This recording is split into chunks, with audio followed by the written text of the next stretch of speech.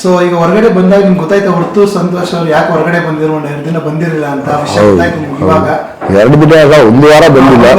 ಅವರು ಜೈಲ್ಗೆ ಹೋಗಿದ್ದಾರೆ ಅಂತ ನೆನಪು ಕೂಡ ಮಾಡಕ್ ಆಗಿಲ್ಲ, ಅಷ್ಟೊಂದು ಆಗಿದೆ ಅಂತ ನಮ್ಗೆ ಗೊತ್ತೇ ಇಲ್ಲ ಒಳಗಡೆ. ಬಟ್ ತುಂಬಾ ಸರ್ಪ್ರೈಸಿಂಗ್ ಇತ್ತು. ಅಂಡ್ ಅವ್ರು ಜೈಲಿದ್ದು ರಿಲೀಸ್ ಆದಾಗ ಅಷ್ಟು ಜನ ಬಂದಿದ್ದು ನೋಡೋದಕ್ಕೇನೋ ತುಂಬಾ ಕ್ರೇಜಿ ಇತ್ತು. ಸೊ 1 ವಾರ ಬಿಟ್ಟು ಮತ್ತೆ ಬಂದಾಗ ಹೇಗಿತ್ತು ಸರ್ ಸಿಚುವೇಶನ್? ಅವ್ರ ಮನಸ್ಥಿತಿ ಹೇಗಿತ್ತು? ತುಂಬಾ ಕುಗ್ಗೋಗಿದ್ರು ಅವ್ರು, ಅಂದ್ರೆ ತುಂಬಾ ನೋವಲ್ಲಿದ್ರು ಅವರು?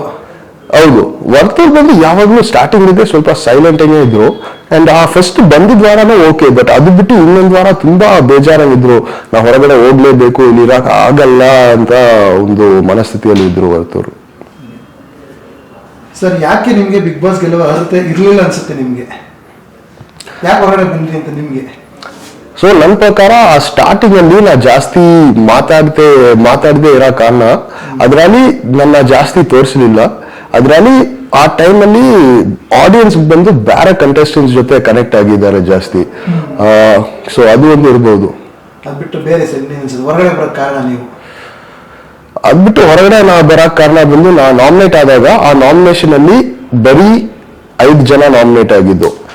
ಅದರಲ್ಲಿ ಜಾಸ್ತಿ ವೋಟ್ಸ್ ಡಿವೈಡ್ ಆಗಲಿಲ್ಲ, ಅದು ಒಂದು.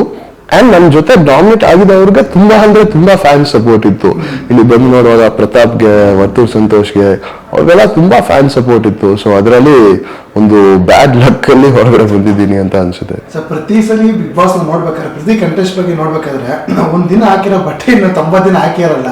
ಎಷ್ಟು ಜೊತೆ ಬಟ್ಟೆ ತಗೊಂಡಿದ್ದೀನಿ, ನೀವು ಎಷ್ಟು ಜೊತೆ ಮತ್ತೆ ಶಾಪಿಂಗ್ ಮಾಡಿ ತರಿಸ್ಕೊಂಡ್ರೆ ಬಟ್ಟೆಗಳನ್ನೆಲ್ಲ? ಹೋಗುವಾಗ ಒಂದು 30 ಸೆಟ್ ಬಟ್ಟೆ ತಗೊಂಡು ಹೋದೆ. ಅಂಡ್ ವಾರ ಒಂದು 4-5 ಸೆಟ್ ಬರ್ತಾನೆ ಇತ್ತು. ಸೊ ತುಂಬಾ ಅಂದ್ರೆ ತುಂಬಾ ಬಟ್ಟೆ ಬಂದು ಇವಾಗ ನನ್ನ ಮನೆ ಪೂರ್ತಿ ಬಟ್ಟೆನೇ ಇದೆ. ಇನ್ನ ಸಾರ್ಟ್ ಮಾಡಿ ವಾಶ್ ಮಾಡಕ್ಕೆ ಆಗಿಲ್ಲ. ಇನ್ನೊಂದ್ 2 ವರ್ಷ ಎಕ್ಸ್ಟ್ರಾ ಹೊಸ ಬಟ್ಟೆ ಅಂತ ತಗೊಳಂಗಿಲ್ಲ ನೀವಿನ್ನ? ಬೇಕೇ ಇಲ್ಲ ಅಷ್ಟು ತಗೊಂಡ್ಬಿಟ್ಟಿದ್ದೀರಾ. ಓಕೆ, ನಿಮ್ಮ ಮತ್ತೆ ಐಶಾನಿ ಬಗ್ಗೆ ಮಾತಾಡ್ಬೇಕಂತ ಏನ್ ಹೇಳ್ತೀರಾ ಸರ್? ನನ್ಗೇನೋ ಇಶಾನಿ ಮಧ್ಯದಲ್ಲಿ ಒಂದು ಒಳ್ಳೆ ಫ್ರೆಂಡ್ಶಿಪ್ ಇತ್ತು, ಒಂದು ಒಳ್ಳೆ ಕನೆಕ್ಷನ್ ಬಾಂಡಿಂಗ್ ಇತ್ತು.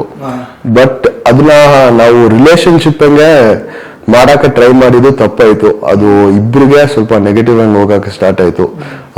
ಆ ಫ್ರೆಂಡ್ಶಿಪ್ಪೇ ಹಾಳಾದ ಲೆವೆಲ್ಗೆ ಹೋಯ್ತು. ಸೊ ಅದರಲ್ಲಿ ಅಲ್ಲಿ ಶೋ ಒಳಗಡೆ ಇರುವಾಗನೇ ನಾವು ರಿಲೇಶನ್ಶಿಪ್ ನ ಸ್ಟಾಪ್ ಮಾಡಿ ಫ್ರೆಂಡ್ಸ್ಗೆ ಇರೋಣ ಅಂತ ಡಿಸಿಷನ್ ತಗೊಂಡಿದ್ದೀವಿ. ಸೊ ಇವಾಗಲೂ ಫ್ರೆಂಡ್ಸ್ ಆಗಿ ಇದ್ದೀವಿ. ಸೊ ಹೊರಗಡೆ ಬಂದಾಗ ಸಿಕ್ಕಿದ್ರೆ ಮಾತಾಡಿದ್ದೀನಿ, ಬಟ್ ಇನ್ನ ಮೀಟ್ ಮಾಡಕ್ ಅವಕಾಶ ಸಿಗ್ಲಿಲ್ಲ. ಈ ಇಂಟರ್ವ್ಯೂಗಳಲ್ಲಿ ಎಲ್ಲ ಫುಲ್ ಬಿಸಿ ಇದ್ದೀನಿ. ಸೊ ಬಿಗ್ ಬಾಸ್ ಮನೆ ಹೊರಗಡೆ ಹೋದಾಗ ಯಾವಾಗ ತುಂಬಾ ಮಿಸ್ ಮಾಡ್ಕೊಂಡು, ಏನನ್ನು ತುಂಬಾ ಮಿಸ್ ಮಾಡ್ಕೊಂಡ್ರಿ? ನನ್ನ ಅಮ್ಮನ ತುಂಬಾ ಮಿಸ್ ಮಾಡಿದೆ. ನನ್ನ ಬಿಸ್ನೆಸ್ಗೆ ಹೋಗಿ ನೋಡೋದಕ್ಕೆ ನನಗೆ ತುಂಬಾ ಇಷ್ಟ ಆಕ್ಚುಲಿ. ಸೊ ಅದು ಮಿಸ್ ಮಾಡಿದೆ. ಫೋನ್, ಸೋಷಿಯಲ್ ಮೀಡಿಯಾ ತುಂಬಾ ಮಿಸ್ ಮಾಡಿದೆ.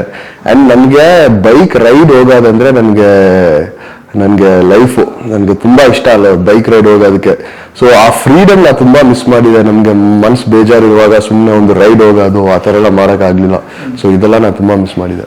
ಸೊ ಮೈಕಲ್ಗೆ ಗರ್ಲ್ ಫ್ರೆಂಡ್ ಇದ್ದೀರಾ? ಅವ್ರ ಹೆಸರೇನು? ಮೈಕಲ್ಗೆ ಗರ್ಲ್ ಫ್ರೆಂಡ್ ಇಲ್ಲ. ಅದರಲ್ಲೇ ಫುಲ್ ಕಾನ್ಫಿಡೆನ್ಸ್ ಜೊತೆ ಒಳಗಡೆ ಇಶಾನಿ ಜೊತೆ ಆ ತರ ಒಂದು ಇದು ಸ್ಟಾರ್ಟ್ ಮಾಡಕ್ಕೆ ಒಂದು ಧೈರ್ಯ ಆಯ್ತು. ಗರ್ಲ್ ಫ್ರೆಂಡ್ ಇದ್ದು ಒಂದು ಟಿವಿ ಶೋ ಅಲ್ಲಿ ಆ ತರ ಮಾಡಕ್ ಆಗಲ್ಲ. ಓಕೆ, ಇನ್ನೊಂದು ಇದು ಪರ್ಸನಲ್ ಕ್ವಶನ್. ಬಿಗ್ ಬಾಸ್ ಅಲ್ಲಿ ಪೇಮೆಂಟ್ ಎಷ್ಟು ಸಿಕ್ತು ನಿಮ್ಗೆ? ಅದು ಬಂದು ನಾವು ಕಾಂಟ್ರಾಕ್ಟ್ ಪ್ರಕಾರ ಅದ್ರ ಬಗ್ಗೆ ಮಾತಾಡಕ್ ಆಗಲ್ಲ. ಬಟ್ ಚೆನ್ನಾಗಿ ಪೇ ಮಾಡಿದ್ದಾರೆ ಎಲ್ಲ ಕಂಟೆಸ್ಟೆಂಟ್ಸ್ಗೆ.